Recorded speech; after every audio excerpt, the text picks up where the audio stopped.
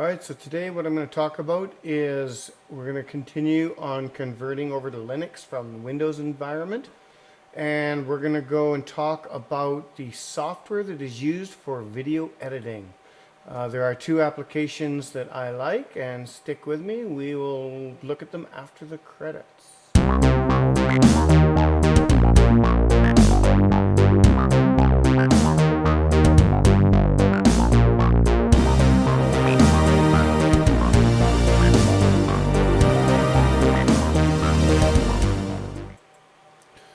Okay, so what we're going to look at now is the first entry into the video editing software.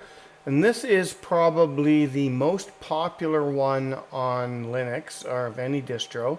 And it's called Kdenlive. Now, I don't use it much myself. I took a quick look at it, and there is the second one we're going to look at is the one that I prefer. So, but basically, I'm going to just set up a quick how-to on it really quick. So I'll drag my first clip in. So it's in the timeline. Drag my first audio clip in. Set it where I want in the timeline. Grab my next video clip. Set it where I want in the timeline. And like most timeline editors, it's good to go. So clip button up here to cut your clips where you want to. Time in, time out. You can set keyframes, etc., etc. You can add all sorts of filters and things as well. There's a whole pull down here of enhancements that you can add. What am I going to give it? I don't know. Let's give it a I don't know. Let's give it a motion effect of some sort here. I can freeze it up or speed it down. So I'm going to take speed it up, and I'm going to apply that to this second clip. There we go.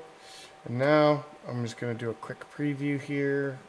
Jump to this timeline. Play.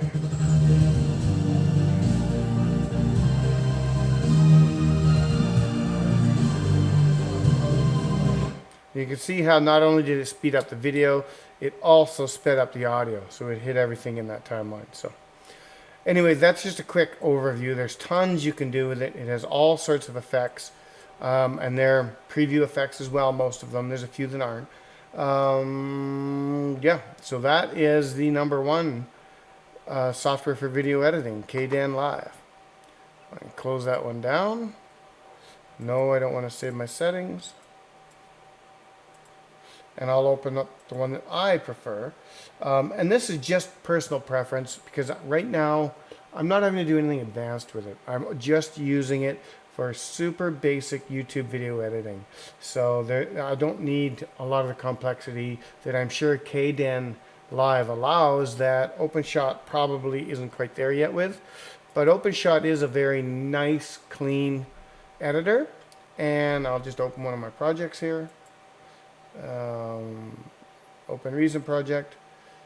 I'll open the last video in the series, which was on the graphics software, and you can see very similar layout. Up here we've got the video clips dragged in, and you can just drag and drop any video clip in. Down here you've got the properties of said clip or item that's selected in the filter. You've got effects that can be added. There's not nearly as many effects. Like, that is one thing. OpenShot is limited in its effects, but it does allow for easy 2D titles or 3D titles. And in there, you got menus. You can do whatever you like. For this particular series, I'm using the glare one.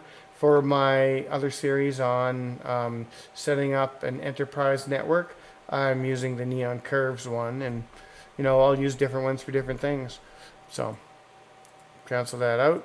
Now, and what that does is the 3D animation uses Blender to render out. So you need to have Blender installed.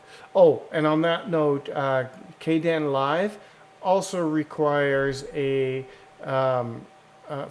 Firein plugin module, which you can get through the store as well. It's easily available through the Mint store, which is one of the great things about it. You don't have to do command line to go and get distros and packages. You can find pretty much everything I'm going over here right in the Mint Store. So that one's a really easy one.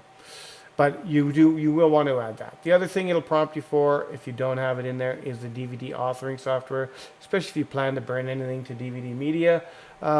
Nowadays, and especially posting to YouTube and stuff, not a lot of DVD media used anymore, so I never installed it myself. So, but anyway, same thing. You can I'll move the video forward, and you can see the 3D animation software and CAD software.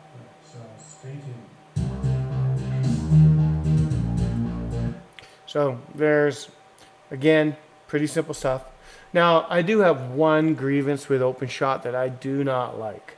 In Adobe Premiere, again, I'm an Adobe guy. I was trained on Premiere, I was trained on Photoshop, I was trained on After Effects, and I was trained on GoLive, which nobody uses anymore. It's all Dreamweaver now. However, I was trained on those back in college, and they're always my go-tos. So one of my pet peeves about OpenShot is the transitions. You drop it right over top of your clip.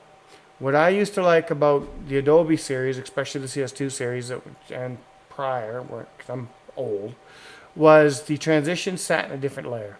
So I'd have video clip 1, video clip 2, and in between I would have my transition, and it would overlap the two. Now I know in more recent ones they have it where it sits on top, and I'm sure that's what OpenShot goes for. But I really liked the separate control over my transition on a different layer or a different track. Personal preference, pet peeve. I'm sure nobody out there even cares about it because the transitions work fine. You butt up 2 clips together like this, and then you just drag a transition over top. So if I had a transition, I would just drag it over top, set up the properties, and I'm good to go. So it works just fine.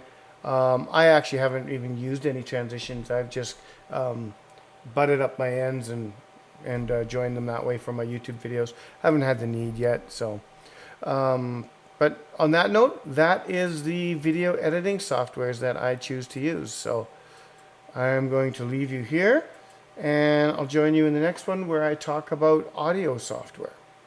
Thank you.